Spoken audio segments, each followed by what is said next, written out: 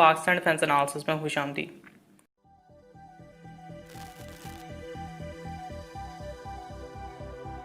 Turkey की latest class of frigates Istanbul class frigates में जो है पहली शिप का बाकायदा ऐलान हो गया है कि 17 जनवरी 2021 को जो है लॉन्च कर दी जाएगी।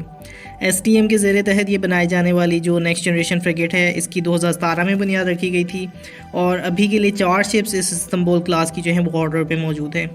इस्तंबुल क्लास की एक और ख़ासियत भी है और ये कि फ्यूचर में तैयार किए जाने वाली पाकिस्तान नेवी की जो जिना क्लास फ्रिगेट है उसके लिए जो है ये आप एक तरह से प्रेडिसेसर इसे कह सकते हैं। और यही शुमार किया जा रहा है कि जिना क्लास फ्रिगेट में बहुत सी खूबियाँ और डिज़ाइन एस्पेक्ट जो हैं इस इस्तंबुल क्लास से डिराइव किए जाएंगे। 3000 टन की इसकी मुकम्मल डिस्प्लेसमेंट है, 113.2 मीटर की लेंथ है, 14.4 की बीम है और 4.5 मीटर का हल है जिस पे मुश्तमिल है और ये एंटी एयर और एंटी सरफेस वॉरफेयर में स्पेशलाइज्ड होगी। पावर की बात करें तो इसमें कोडैक टाइप प्रोपल्शन सिस्टम लगा हुआ है जो कि 54 किलोमीटर पर आवर की टॉप स्पीड देता है और 26 किलोमीटर पर आवर की स्पीड से तकरीबन 12,170 किलोमीटर की मैक्सिमम क्रूज रेंज जो है वो हासिल कर सकता है। 15 दिन का इंड्योरेंस या ऑपरेशन टाइम, UAVs और हेलीकॉप्टर्स को टैग करने के लिए जो है एरिया और बहुत पोटेंट आर्मामेंट्स जैसे 16 MK41 VLS launchers, close in weapon system जो हैं वो मौजूद हैं। इसमें 25 mm की एसलसान की गन्स हैं और एक 76 mm की मेन गन है। 2 टॉर्पीडो लॉन्चर्स हैं। हार्पून और एटमैका एंटी शिप मिसाइल्स को कैरी करने की सलाहियत भी इसके पास मौजूद है। ये इस्तंबुल क्लास जो है वाकई एक बहुत बेहतरीन फ्रिगेट होने वाली है। अगर थोड़ा सा इसको जिना क्लास के साथ स्पेकुलेट किया जाए तो गालबन रिटायर्ड नेवल चीफ के हिसाब से एक बिल्कुल नए सिरे से जिना क्लास की तैयारी होगी, एक क्लीन शीट से। यानी इससे पहले जो मिलगम ADA क्लास की कॉर्वेट्स की डेवलपमेंट की जा रही है उसका रोल भी इन जिना क्लास फ्रिगेट में ना हो। एक और चीज़ जो नोट करने वाली है वो ये कि दोनों इस्तंबुल क्लास और जिना क्लास जो हैं वो मिलगम की तैयारी के ज़ेरे तहत मौजूद हैं। जिना क्लास में यकीनन इस्तंबुल क्लास की बहुत सी इंपुट्स डाली जाएंगी, लेकिन वक्त के हिसाब से जिना क्लास शायद ज़्यादा सुपीरियर हो और ज़्यादा जदीद और लेटेस्ट वेपन्स को कैरी करने की सलाहियत रखती हो। बहरहाल ये इस्तंबुल F515 जो है 17 जनवरी के दिन प्रॉपरली लॉन्च की जानी है और टर्किश नेवल फोर्सेस की ताकत में इसके आने से मज़ीद इजाफा होने वाला है।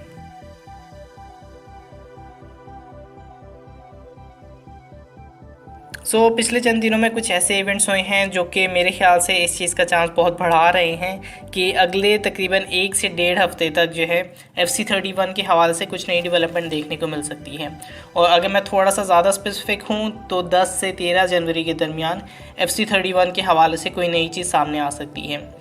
FC31 के हवाले से जो लेटेस्ट चीज़ का हमें अंदाज़ा है वो ये है कि इसके V2 यानी वर्जन 2 का सेकंड प्रोटोटाइप मंजर आम पे है और V2 और इसके सबसे पहले प्रोटोटाइप में चंद वाज़ेह चेंजेस मौजूद हैं। इस अपडेट में जिसकी मैंने बात की है उसमें हम क्या एक्सपेक्ट कर सकते हैं। आई गेस सबसे ज़्यादा चांसेस जो है वो वर्जन 3 टाइप के प्रोटोटाइप के ही हैं जो कि अब बहुत ज़्यादा एक्सपेक्ट किया जा रहा है,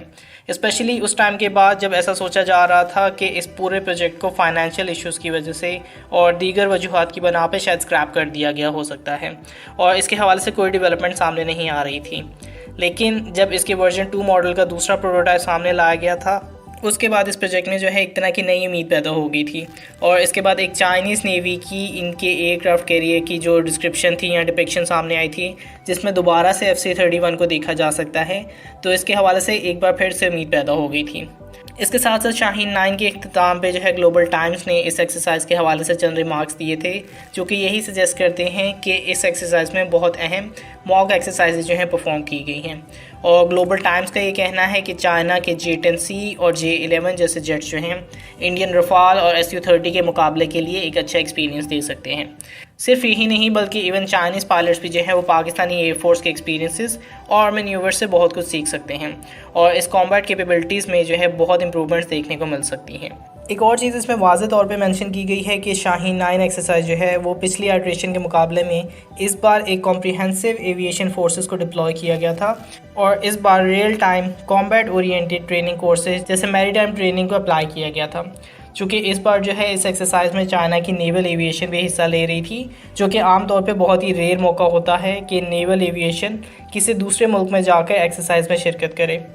बहरहाल अगेन ये एक्सरसाइज जो है बहुत ही बेनिफिशियल रही है दोनों ममालिक के लिए और जो FC31 के मुतालिक मैंने स्पेकुलेट किया है होपफुली इसके हवाले से हमें कुछ फ्यूचर में देखने को मिलेगा।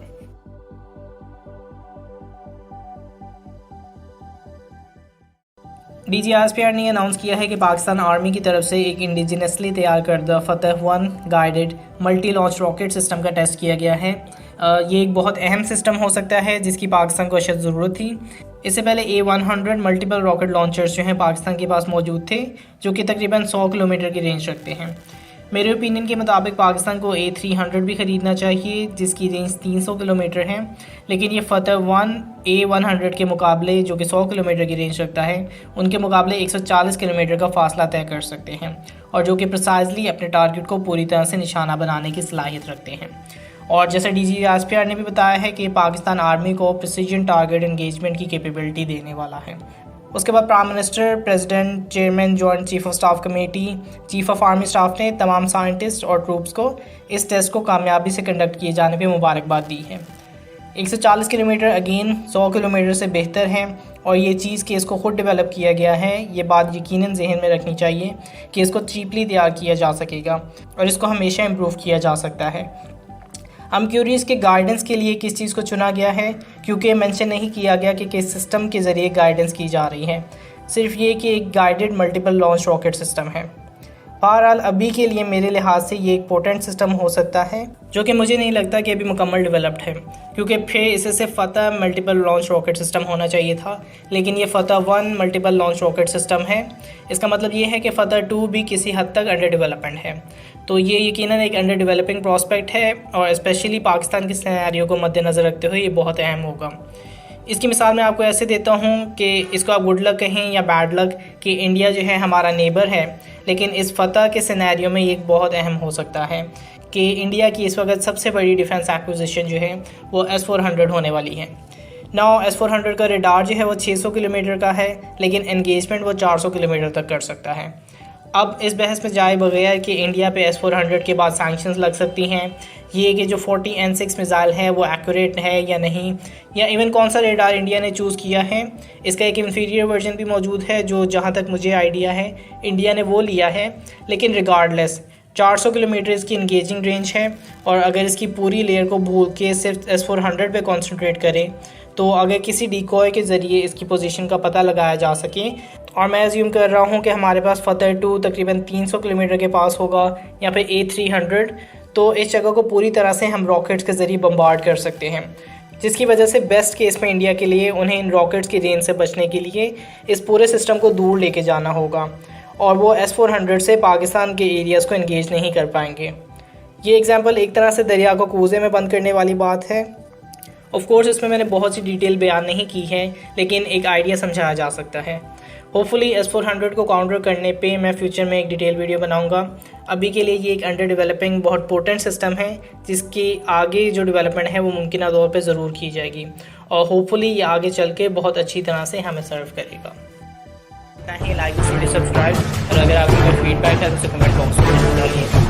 तब तक के लिए पीस आउट, पाकिस्तान जिंदाबाद।